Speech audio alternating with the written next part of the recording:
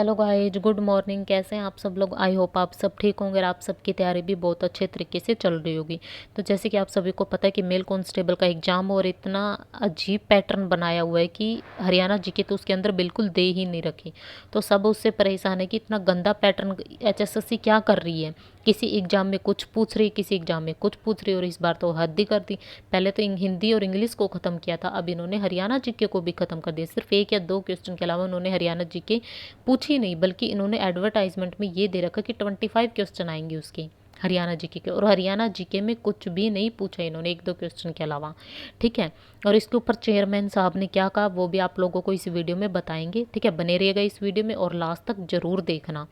ठीक है, अगर अच्छी लगे वीडियो तो लाइक ज़रूर कर देना। तो चलिए बिना टाइम वेस्ट करते वीडियो को स्टार्ट कर लेते हैं। ये देखिए, इन्होंने हरियाणा पुलिस भर्ती का सिलेबस बताया है। ठीक है, जानिए पुलिस भर्ती का सिलेबस क्या था।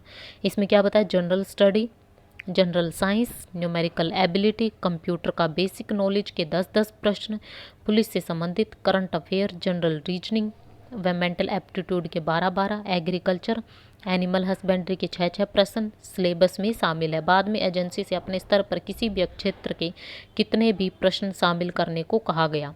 ये देखिए, इन्होंने हरियाणा जीके का नाम ही नहीं लिया इस सिलेबस में। इनका सिलेबस क्या है? सिर्फ general study, general science, numerical ability, computer का बेसिक, पुलिस से संबंधित current affair, general reasoning, mental aptitude, agriculture, animal husbandry. ठीक है, सिर्फ ही। और बाद में एजेंसी से ये भी कहा कि तुम किसी भी क्षेत्र के कितने भी प्रश्न जो है उसमें शामिल कर सकते हो। ये तो गलत है। अब देखिए, इन्होंने ये पुलिस भर्ती का सिलेबस बताया, लेकिन एक बात है सोचने वाली कि जो फीमेल का एग्जाम हुआ था उसमें तो पूछी गई थी हरियाणा जी के। तो ऐसे ऐसे कौन सा रूल है कि फीमेल का सिलेबस अलग और मेल का सिलेबस अलग है? ये तो गलत है ना। सिर्फ है क्या ये? पुलिस की भर्ती तो सबके लिए सेम होती है, मेल के लिए भी होती है और फीमेल के लिए भी होती है। दोनों के लिए सेम सिलेबस होता है। ये कहाँ लिखा है कि मेल के लिए अलग सिलेबस होगा और फीमेल के लिए अलग सिलेबस होगा? दोनों का सिलेबस सेम होता है। तो फीमेल में क्यों हरियाणा जीके पूछी गई थी? फीमेल में भी तो पूछा गया था। ये कभी तो हिंदी को ख़त्म कर देते, कभी इंग्लिश को ख़त्म कर दे, अब हरियाणा जीके को ही ख़त्म कर दिया। आगे जाके पता नहीं क्या पूछेंगे।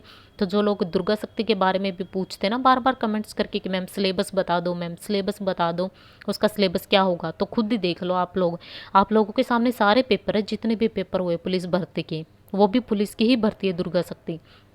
तो आप लोग खुद पेपर उठा के देख लो कि क्या सिलेबस है इनका, किसी में भी अगर सेम सिलेबस मिल जाए तो। ठीक है, फीमेल कांस्टेबल का उठा के देख लो, फीमेल एसआई का उठा के देख लो, मेल एसआई का उठा के देख लो, मेल कांस्टेबल का उठा के देख लो। चारों पेपर में बहुत ज़्यादा डिफरेंस है। ठीक है, किसी में कुछ नहीं पूछा, किसी में कुछ नहीं पूछा। ये कौन सा सिलेबस हुआ? कोई भी फिक्स सिलेबस नहीं है। जब तक फिक्स सिलेबस नहीं होगा तब तक बच्चे ऐसे ही परेशान रहेंगे।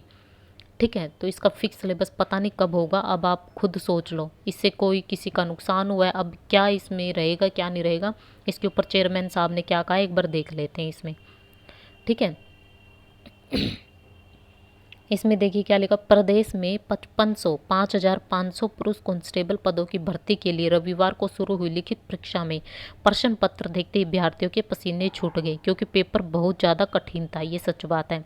ऐसे में कट ऑफ काफ़ी नीचे रह सकती है। अंदर की बात यह है कि कांस्टेबल के 5,500 पदों के लिए, ठीक है, 5,500 पदों के लिए 8.39 लाख युवाओं ने, कितने टोटल युवाओं ने आवेदन किया था? 8.39, जिसमें से 45% पहले दिन ही अवेलेबल हुए थे। ठीक है, तो यदि पेपर आसान आता तो कट ऑफ ज़्यादा जाती और दूसरे दायरे में आने वाले युवाओं की संख्या भी बढ़ने से कमीशन के सामने उनके सिलेक्शन की चुनौती होना तय था। इसलिए पेपर कठिन आने से कट ऑफ ज़्यादा नहीं जाएगी। हरियाणा पुलिस भर्तियों के लिए पुलिस महकमे ने अपने सिलेबस में हरियाणा से जुड़े सवाल, ठीक है, सिलेबस में शामिल नहीं किए हैं, इसलिए हरियाणा से संबंधित सवाल नहीं पूछे गए। पहले दिन रविवार को 1.40 लाख अभ्यर्थियों को परीक्षा के लिए पहुंचना था, लेकिन 45%, ठीक है, 45% ही उपस्थित रहे। सुबह और शाम की पारियों में 4-4 प्रकार के प्रश्न पत्र दिए गए। अभी सोमवार और मंगलवार को और परीक्षा होनी है, इसलिए कट ऑफ नॉर्मलाइजेशन के अनुसार होगी। ठीक है, कट ऑफ आपकी किसके बेस पे होगी? नॉर्मलाइजेशन के बेस पे होगी। ठीक है, सूत्रों का कहना है कि पुलिस महकमे ने अपना syllabus Haryana staff selection commission को दिया और कमीशन पेपर एजेंसी को इस सिलेबस में, ठीक है, जिस क्षेत्र के प्रश्न पूछे जाने हैं उनकी संख्या भी निर्धारित है। लेकिन पुलिस महकमे के बाद में पेपर सेंटर एजेंसी को, यह छूट दे दी कि वह किसी भी क्षेत्र के कितने भी सवाल पूछ सकती है, जिनकी रीजनिंग अच्छी है उन्हें फ़ायदा होगा। ठीक है, इन्होंने ये भी कहा कि रीजनिंग के ज़्यादा सवाल पूछने से होगा नुकसान। सभी पेपर का पैटर्न एक जैसा था लेकिन कठिन रहा। हरियाणा से संबंधित सवाल न पूछे जाने पर स्थानीय युवाओं पर वह बच्चे भारी रहेंगे जो HSSC की तैयारी करते हैं। दूसरे प्रदेशों के युवाओं को भी फायदा होगा क्योंकि उन्हें स्थानीय युवाओं से हरियाणा का कम ज्ञान है। 20 से ज़्यादा प्रश्न रीजनिंग के पूछे गए। अब 3-4 घंटे सामान्य ज्ञान की तैयारी करते हैं। जब प्रश्न ही नहीं पूछे गए तो उन्हें नुकसान तो होना तय है। ये सही बात है। जो स्पेशल हरियाणा की तैयारी करते हैं उनको हरियाणा की ज़्यादा नॉलेज होती है। ठीक है, तो जब उस चीज़ के क्वेश्चन ही नहीं पूछे गए उनको तो नुकसान होना ही है। ठीक है, उसके बाद देखिए नेक्स्ट, पुलिस महकमे के सिलेबस में, ठीक है, हरियाणा से संबंधित सवाल शामिल नहीं है, इसलिए ठीक है जो सिलेबस है उसके अनुसार ही प्रश्न पूछे गए। पहले दिन अभ्यर्थी इतने शामिल, देखिए इसने जो आपके HSSC के जो चेयरमैन साहब है ना, उन्होंने ये कहा है कि उनके पास जो सिलेबस दिया पुलिस डिपार्टमेंट ने, उन्होंने वही जो है उसमें पूछा गया। इसका मतलब हरियाणा, ये कौन सा पुलिस डिपार्टमेंट हुआ कि जिसमें हरियाणा जीके के लिए उन्होंने मना कर दिया, कि हरियाणा जीके उन्होंने दी ही नहीं।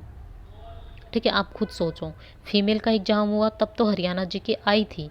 ठीक है, जब फीमेल का एग्ज़ाम हुआ मेल में नहीं आई। ऐसे कैसे कि फ़ीमेल का सिलेबस अलग और मेल का सिलेबस अलग? ऐसा तो नहीं हो सकता कि फ़ीमेल का सिलेबस अलग हो और मेल का सिलेबस अलग हो। ठीक है, तो इस चीज़ से आप खुद भी समझ सकते हो। ठीक है, आप जो आगे एग्ज़ाम की तैयारी कर रहे हैं ना, तो ये मत पूछा करो कि सिलेबस क्या होगा, सिलेबस क्या होगा। इस चीज़ से आपको थोड़ा बहुत तो समझ जाना चाहिए कि HSSC का कोई भी फिक्स सिलेबस नहीं है। चाहे वो दुर्गा शक्ति का एग्ज़ाम हो, चाहे आने वाले ग्राम सचिव, पटवारी, कैनाल पटवारी, किसी भी चीज़, कोई भी भर्ती हो।